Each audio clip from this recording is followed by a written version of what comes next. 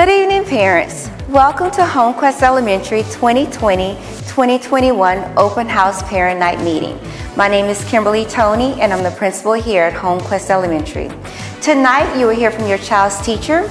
They will go over classroom and campus expectations for the school year. You will also hear information about our Title I program and Parent Compact. Parents, please remember that you play an integral role in your child's education. Please make sure that he or she is logging into Zoom and that you're checking their Schoology folders each and every day.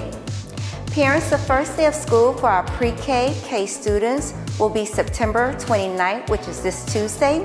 And for all students in grades pre-K through 4, they will begin on October 12th.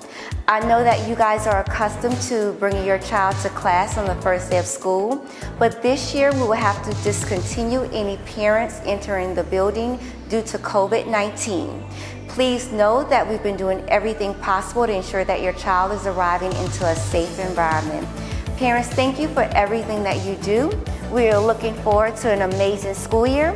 Please remember, when your child returns to school, he or she must wear a mask each and every day.